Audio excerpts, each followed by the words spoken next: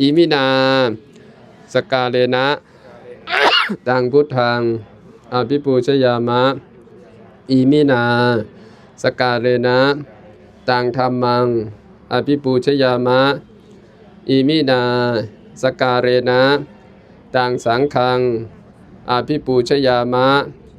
ข้าพเจ้าขอบูชายมกปาฏิหาริย์สถานที่ทำปาฏิหาริย์ของพระสัมมาสัมพุทธเจ้า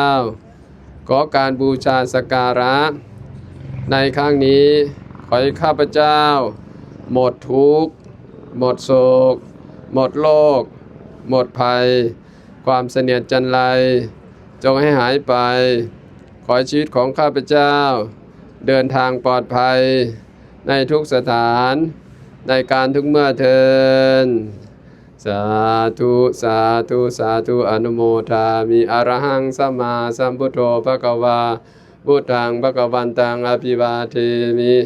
สวากขาโตภควตาธัมโมธัมมังนัมสสามิสุปฏิปันโนภควโตสาวกสังโฆสังฆังนามามิ